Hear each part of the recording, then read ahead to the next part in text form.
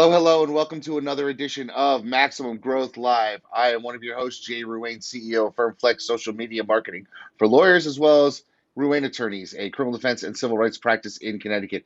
Joining me live from Del Boca Vista, my other host, Seth Price. Seth, how are you doing today? By the way, Seth, let's talk about how great Blue Shark is. You won an award from Inc. magazine this year. Price Benowitz is blowing up, expanding into other states. Even with COVID, 2020 has been a great year for your firms, hasn't it?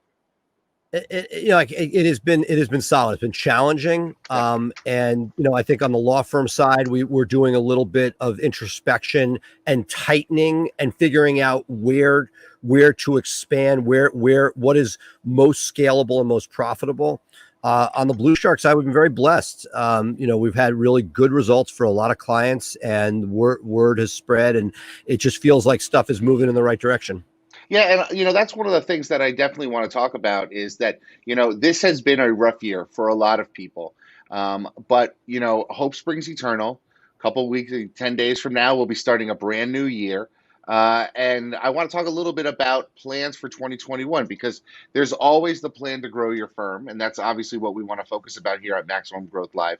But the big thing that we should talk about right off the jump is the passage of the new most recent stimulus bill, because that's going to certainly impact a lot of people. And I have an idea about that. So, obviously, let's talk about PPP. PPP round two is coming. If in a quarter of 2020, you can show at least 25% revenue dip over year. I picked a quarter this year and ran the numbers real quickly, and it looks like I dropped To clarify, are we past yet, or we still have the bill? Bill has been passed in both House and in Senate. It's gone to the president for signature, and they're saying it's going to be signed by the 28th. So okay, just to be clear, again, given how crazy this year is, I don't like talking about stuff that's definitive when it's not. So that's true. Yeah, I mean, look, the headline on this, and we can parse out, and we may need to do a pop-up if this is there and that there is money for people that's available. But one of the things, I think the headline, which was very scary, I've been talking about this since day one, this, is the fact that the original bill had this as money that you got and that you could deduct the expenses you spent it on, right? So assuming that most people, the way they've done it, it's almost impossible for anybody in our world not to spend the money for qualified reasons.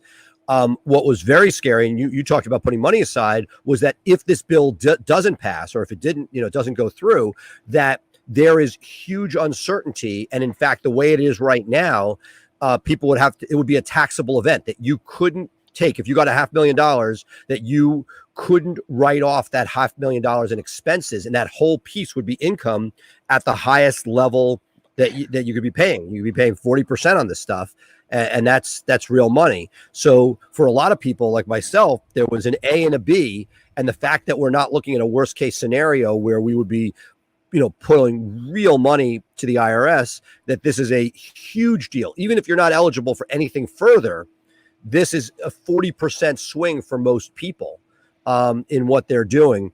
It'll be very interesting to see. I know that they're trying to target hospitality and restaurant world and things like that, but it's fascinating to see whether or not how many people in our world will be eligible for round two. It's definitely tighter, but I'm sure, like most things, it will be a windy path like we saw in the first one. Well, and this is something that I wanted to talk about with you because, we have a lot of PI lawyers in our audience, right? And a lot of family lawyers in the audience are talking about how, people didn't get divorced because of the uncertainty. But I think you're going to see some PI lawyers who, at the beginning of this, April, May, June, July, were hustling to settle some files to keep the cash flow coming, right? And so their books aren't going to show a dip year over year. But now those cases that they may have, matured a little while longer are now settled and gone. And so they're in a position where they don't have that inventory because of a dip in the traffic, the dip in the number of accidents. And I think that, I think PI lawyers need to be thinking about, number one, how do we make sure that we do qualify if we do? And number two, stretching the caseload that they do have if they're going to have to make it, because there may not be, depending on what happens in Georgia, there may not be another round that comes through, in the late spring or summer, if people are still suffering. And those PI lawyers who've hustled and settled some cases, lost them from their inventory, didn't replace them in their inventory, didn't show a decline, and don't qualify for PPP round two, and yet now they're hurting. So I think it's something that our audience needs to be aware of if you're in that space. No, absolutely. And look, there's the residual. I mean, for a lot of people, it may be that they didn't have a huge dip, but they're flat and they were putting more more flat on revenue, but they've continued to build the firm so that as a net profitability, they've gone down potentially during this year. Yeah. So that may not be eligible for round two, but it is something that means that they're not in great shape. And the piece that I think is the elephant in the room, so is twofold. So on the plaintiff side, exactly what you're saying, right? People are either settling for so many cents on the dollar. I know John Fisher's been very vocal that on the larger cases, that with trials not there, it's feast or famine. Some firms have gotten a couple people to settle, but the question is, with trials being pushed out extensively, what are we dealing with? When will that be there? And let's take the other side. Let's take the fee for service side, as I call it, right? Criminal, immigration, trust and estates, that we are seeing stuff that is very much a situation where, as the economy takes a dip, there are a lot of people who in the criminal defense space, like you're in, that have the restaurant staff, maybe a decent chunk of change in your bottom line, that if all these people are out of work, they've had some savings to be able to afford stuff in 2020. 2021, they're not getting PPP, they're getting $600. Who cares? And you're going to have a lot of people that want your services but can't afford them. Yeah. No, I definitely think that's something to be concerned about. And just looking long term, if you do get this round of PPP money, I know some lawyers, they hired more staff, and they said, we're gonna systemize our office, we're gonna scan everything we have and go paperless over the summer when people were looking for work and that type of thing. Maybe it's time to stretch this. Maybe this is, hey, you know what? If I can take what should be 2.5 months of salary and make it into 4, that's going to help you weather this storm even longer, because we don't know if there's going to be anything else coming down the road. And it's something that I think people who are thinking about growth want to look for. And here's another question I have for you. We talked about this early on in some of our episodes, and folks, over the next couple of weeks, as we go into our winter break, you're going to be able to catch up on some of our earlier episodes as we replay them in our time slots. So be on the lookout for shows still on our schedule, and it'll be our best of. But one of the things that we talked about early on in this process, Seth, is that some people in family law were pivoting to trust and estates. People in criminal law were adding the area of bankruptcy and that type of thing. And I wonder if maybe a second influx of PPP is exactly what these firms needs, because now it puts you in a position, if you've taken on some of those bankruptcy cases, if you've taken on trust and estates cases, maybe you have the funds to actually hire somebody with a lot of experience in this area and truly get into this vertical if you want, because it'd be going towards salary. And so in some respects, the state, the government, the feds can actually fund your opportunity for growth by allowing you to hire somebody with those PPP funds to actually grow out a vertical. And it's something that I think all firms should start to look at as a possibility if they had already started to generate cases along those rounds. What do you thought about that? Look, I think that we probably need a pop-up episode on this at some point. I know we're going to be going to best of through the holidays, but it looks like they are looking at firms that have taken a severe dip. Now that may hit a criminal firm where there was that massive dip.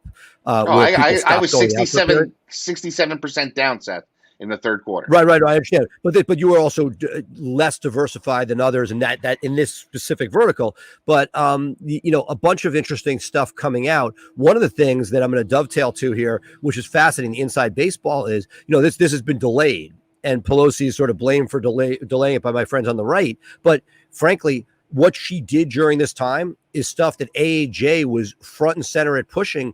And they were able to get a lot of stuff out of there that would have been devastating to plaintiffs' firms. So while they delayed it, and there are things in there that they took away some monies that may have been ideal, particularly for urban areas. The idea that the Democrats held firm and protected people over corporations, that's a pretty big deal. And I think that, the combination of keeping PI people from a devastating hit overall, and secondarily, the fact that this is not going to be a massive tax hit for all of the practitioners who took it. Those are two huge things. Huge. To me, everything else is going to be icing on the cake. And that if you hit that box, great. And we're going to talk about what gets in that box and what doesn't. But to me, the fact that we are where we are ending 2020, where you don't have to go into savings to pay your taxes, to me, that all of those things win. And even if there's not another dime for you in PPP, we're set up relatively well for 2021. I'm looking at numbers. A lot of them are not as good as I want. We sort of had a rosy opening. But when I look at departments within our firm, there are ones that are okay, but not great.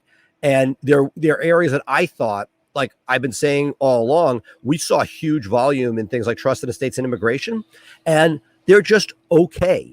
Like right. There was great volume, but how it monetized wasn't 100 cents on the dollar. You're not selling to people all with money. And, we forgot about how uncertain people felt in October and into November with the election. And all these things that now, when you're looking at annualized numbers, you have debit, you had like a great January, February. We were ready to take on the world. March, April, May went down. We saw like a bump in June and July as people sort of became, we're sort of thinking that COVID was out. We saw it then go down, August, September, actually a bump. I saw another positive bump September. And then October, November, December have not been like a big rise. It's been a little bit flat, is what I'm seeing across many firms. Every firm is different, but that is sort of it. We went down with the March, April, seeing a spike over the summer positively, not a bad spike as in cases, but as in revenue, a second one in September, and then, election uncertainty and a bunch of other things. It hasn't been that banner end of the year that anybody hoped for. The real question is, do the vaccines kick in, and how quickly do we get back to some level of certainty?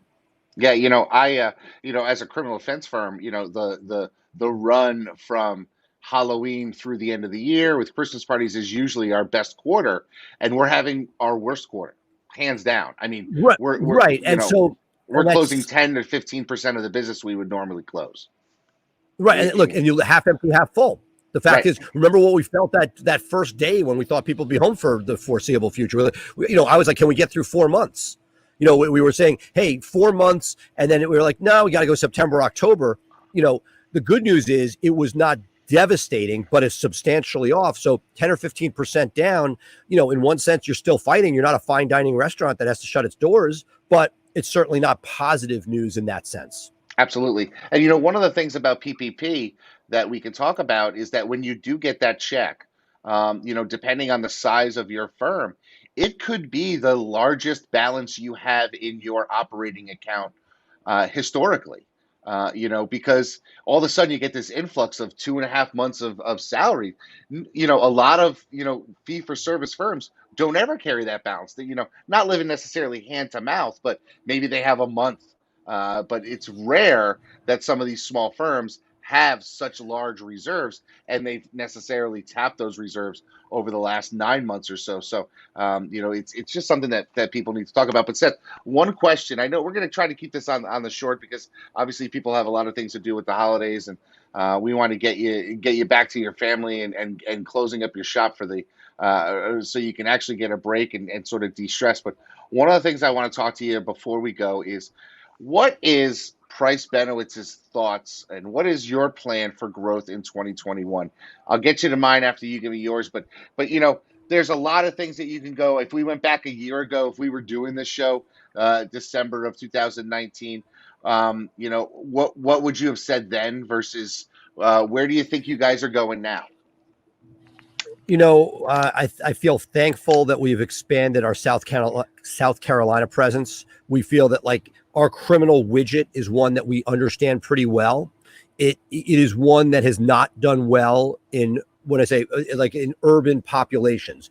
We called out our Philadelphia I think friends in New York are seeing similar stuff, that major metropolitan areas, the criminal justice system has shifted from where it was, both in number of arrests and the time it takes to go through the system, for good reason right now.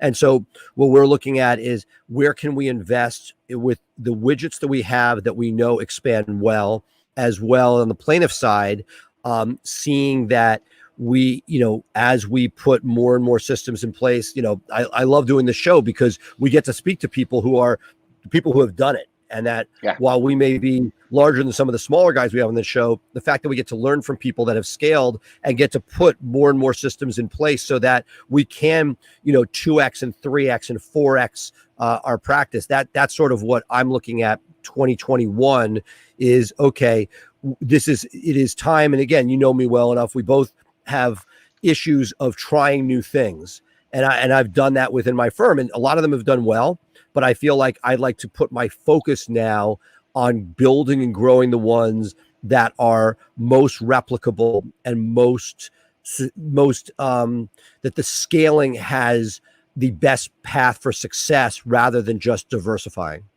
Yeah, I think that's certainly something that, we're talking about internally is you want to look to see where you have the best chance of success and the highest margins. A lot of the people that we've talked to over the course of the year, people like Mario Godoy and Sarah Kaki and just and Mike McCready, all those people, they've really been able to scale because of a narrow focus.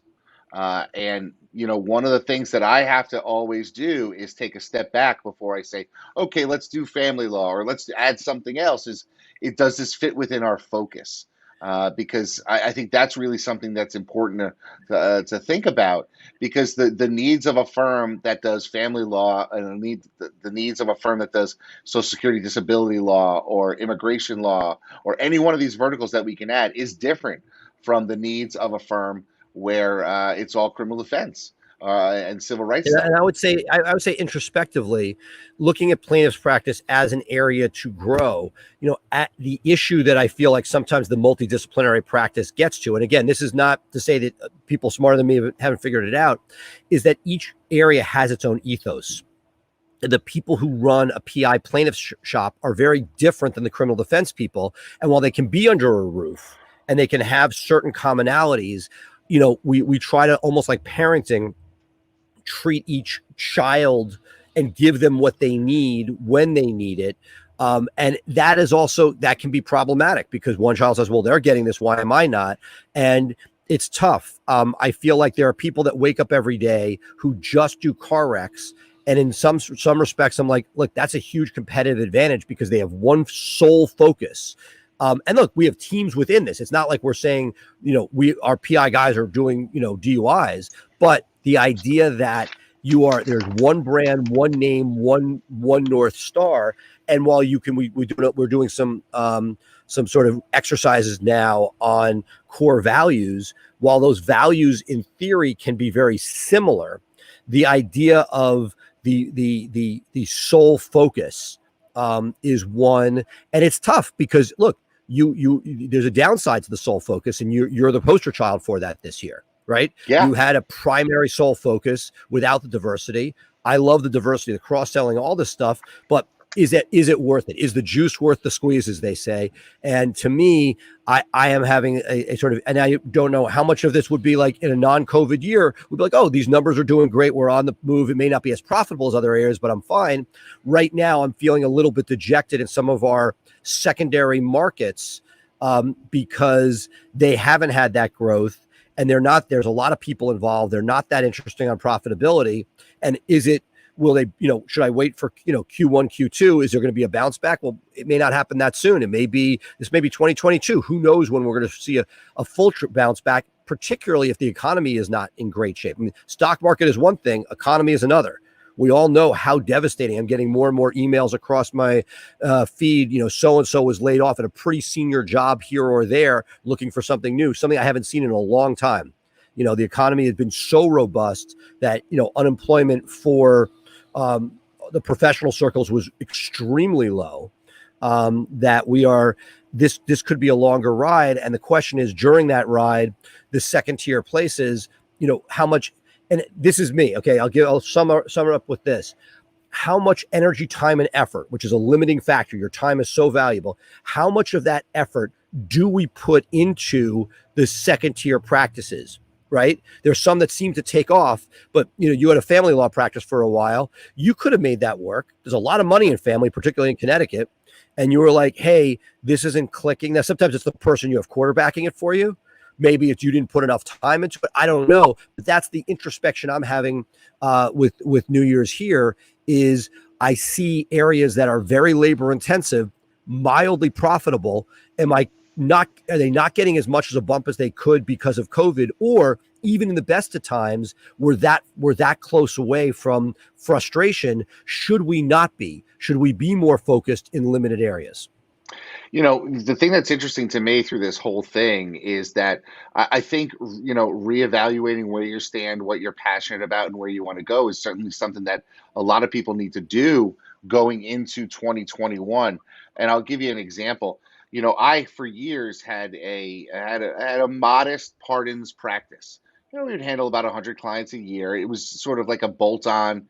Is your pardons more like an expungement for other markets? It's not like you're Yes, calling the governor and getting a pardon. no, it's an expungement practice. There's a Right. it's pardons and expungements. It's an application. You have to assemble a ton of records, and then you go in front of the pardons board, and you make your case. So, and they take input from the victim and from the state's attorney, and they make a decision. And it was something that we got into years ago. 5, 10 years ago, and it was always a couple hundred cases. It was a small money maker, but it wasn't really anything big.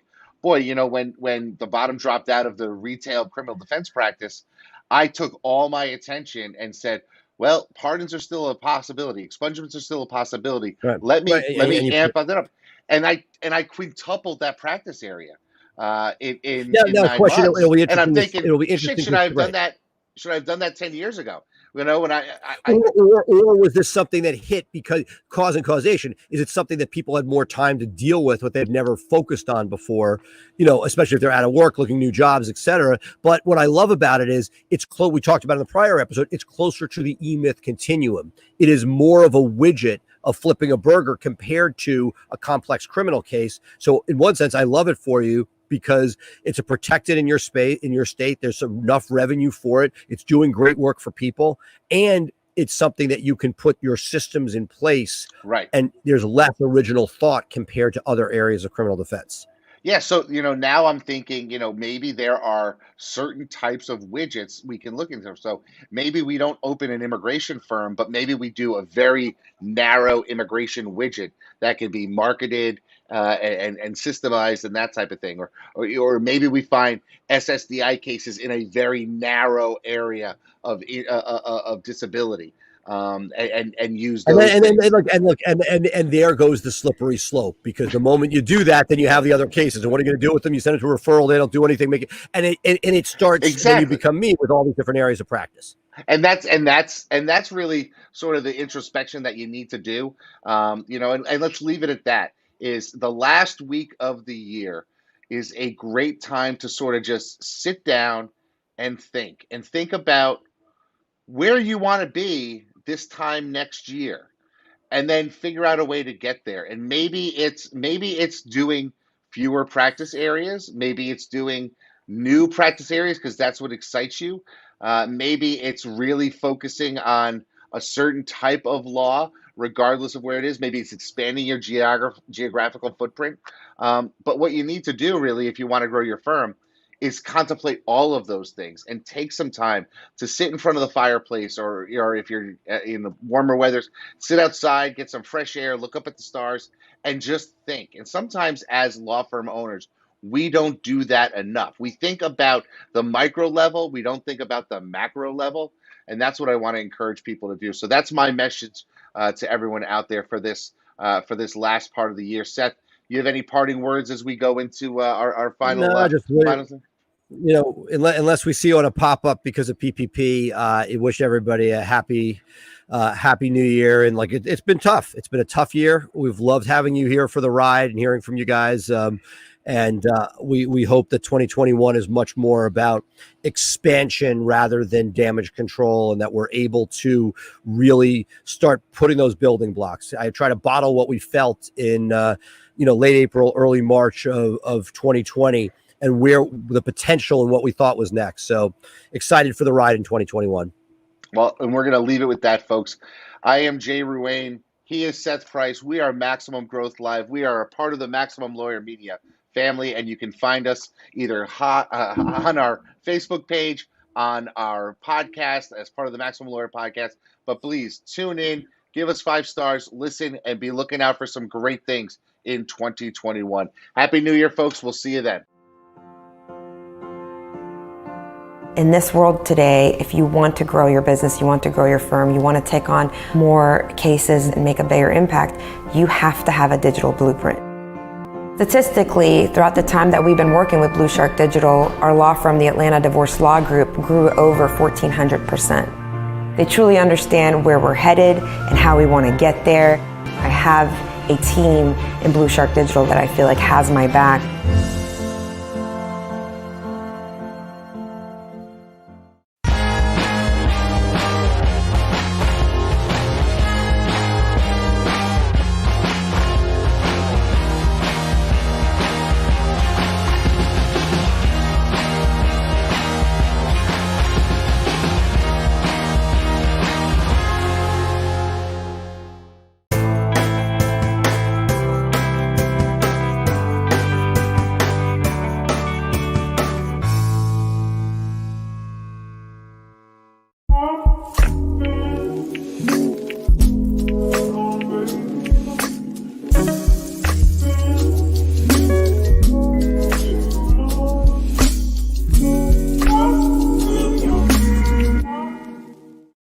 Hi, I'm Jay Ruane, one of the founders of FirmFlex and a practicing attorney for over 20 years. Anyone who knows me knows how my firm runs on the systems we create, and it has allowed us to flourish, even in tough times. I spent years and hundreds of thousands of dollars until I finally figured out a way to engage my audience and drive top-of-mind awareness with social media. And what did I do once I figured it all out? I built a system for it, and now you can put that system to work for you. You see, we took the hard part, creating the content and finding the images, and made it foolproof. Every day you will have curated social media topics to post designed to make your firm constantly remind your audience about your firm, what you do, and how you can help. And the best part? You don't even need to hire a dedicated social media person to do this for you. In fact, you don't even need to hire anyone new. We designed the system to make it easy for you to delegate to your receptionist, assistant, or paralegal and have them execute solid social media for you in just 5 minutes a day. It's like having a content writer, researcher, and graphics designer at a fraction of the price it would cost to hire in-house. Sign up today for the Social Super System and start building your brand where your clients already are, on social media.